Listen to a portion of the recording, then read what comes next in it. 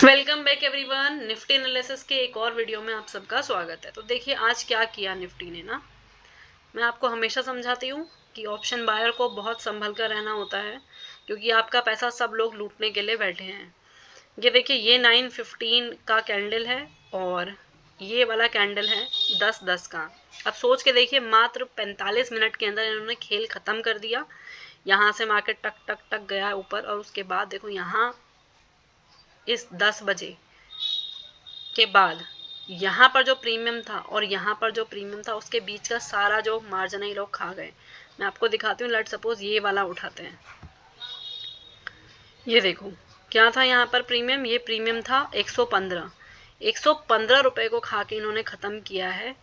और कितना, 115 से यहाँ 90 रह गया। और ये जो आउट ऑफ द मनी वाले हैं, ये कितने कितने थे प्रीमियम, ये देखिए यहाँ पर ये प्रीमियम था 39.55 रुपीज़ है ना, 55 रुपीज़ ये पूरे खा गए। किसने खाया? ऑप्शन सेलर ने। ये मैंने आपको हमेशा समझाया है कि ऑप्शन सेलर जो है वो आपका पैसा खाने के लिए बैठा हुआ है। वरना सोच कर देखिए, आज का दिन में मूवमेंट हो सकती थी, अच्छा दिन था, मार्केट अगर अच्छा मूव करता तो ऑप्शन बायर को पैसा बनता। लेकिन ये लोग क्या करते हैं ना, ऑप्शन बायर का पैसा खाने के लिए बैठे रहते हैं। ऑप्शन बायर को एक भी रुपए लोग कमा के लेकर जाने देना नहीं चाहते। तो यही चीज़ें समझने की है, नहीं समझेंगे तो कोई कुछ नहीं कर सकता है। मैं हमेशा कहती हूँ एक्सपायरी को प्ले मत करा करिए, क्योंकि ये लोग पता है क्या करते हैं, ये भी स्कैम है एक तरह का। अब देखो, स्कैम बोलना थोड़ा गलत है लेकिन सच में है। ये कोई एक आध एक्सपायरी ऐसी कर देंगे कि प्रीमियम 10 रुपये का शूट करके 50 रुपये पहुंच गया, उसी के एवज में ये कम से कम 10 एक्सपायरियाँ ऐसी करेंगे जहां पर ये 50 रुपये के प्रीमियम को जीरो लाके ख़त्म कर देने की, पूरा 50 रुपये इन ऑप्शन सेलर्स की जेब में जाता है। समझ जाइए इस बात को। एक्सपायरीज को प्ले मत किया करिए, इन्हें आपस में ही करने दीजिए जो करते हैं। ऑप्शन बायर अगर दूर रहेगा तो किसका पैसा खाएंगे? इनकी दुकान चल ही रही है ऑप्शन बायर की वजह से। ठीक है, अगर आप दूरी बना लेते हैं तो देखिए फिर चीज़ें आपको थरली ठीक होती हुई भी दिखेंगी।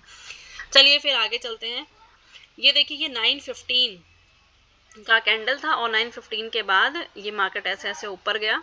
और कल मैंने कहा भी था कि जो थोड़ा सा लिटिल बिट गैप डाउन हो सकता है, तो थोड़ा सा गैप डाउन ये हुआ, लेकिन गैप डाउन के बाद इसने रिवर्स मारा और ऊपर पॉजिटिव हो गया और यहाँ पर फिर पूरा दिन साइडवेज। अब पॉसिबिलिटीज़ क्या हैं? देखिए, पॉसिबिलिटी की बात करें ना तो एक मिनट थोड़ा सा ऐसे छोटा कर लेते हैं सो दैट की चीज़ें समझ में आए। और थोड़ा देखो, ये इसने ये वाला हाई लगा रखा है, अभी अभी बिल्कुल करंट पॉइंट ऑफ टाइम की बात करें, ये वाला हाई लगाया इसने। तो ये इस हाई के बाद अगर ये यहाँ से इस फॉल को कंसिडर करें तो इस फॉल को इसने थोड़ा सा रिकवर किया है। ठीक है, इस फॉल को इसने थोड़ा सा रिकवर किया है आज। अब अगर फॉल को रिकवरी पे देखें, ये मान लें कि अब मार्केट यहाँ से साइडवेज हो गया, तो साइडवेज के बाद ये कल अपसाइड खुल सकता है या डाउन खुल सकता है या फ्लैट खुल सकता है। प्रोबेबिलिटी है कि अगर हम कहें कि मार्केट बुलिश है तो बुलिश है तो ये जरा सा जो है करेक्शन हुई, प्रॉफिट बुकिंग आई, उसके बाद ये कल बुलिश होना चाहिए, यानी कि ऊपर की तरफ चला जाना चाहिए। ये चाहिए है, जाएगा नहीं जाएगा वो मार्केट के ऊपर है, हम सिर्फ पॉसिबिलिटीज़ पर बात करते हैं।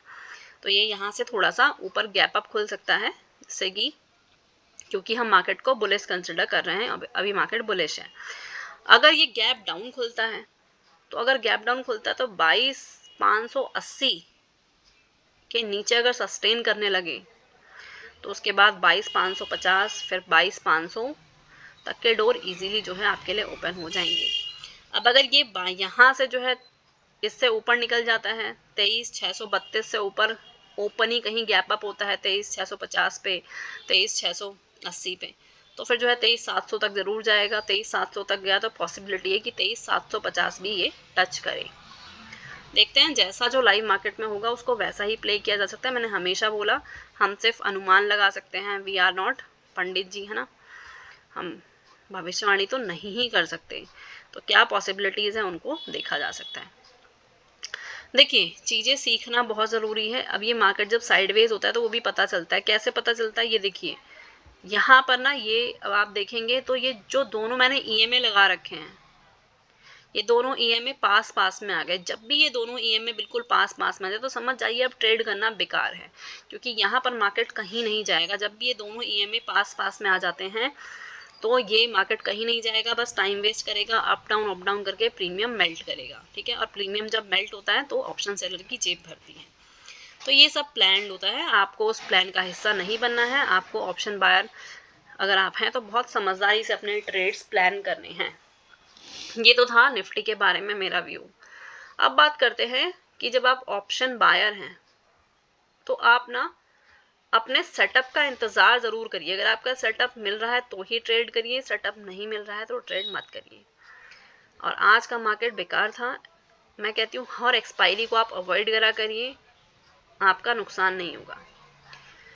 खैर, वीडियो अच्छी लगी हो तो लाइक शेयर सब्सक्राइब कर दीजिएगा, और अच्छी नहीं लगी है तो कोई बात नहीं, मैं इम्प्रूव करने की कोशिश करूँगी।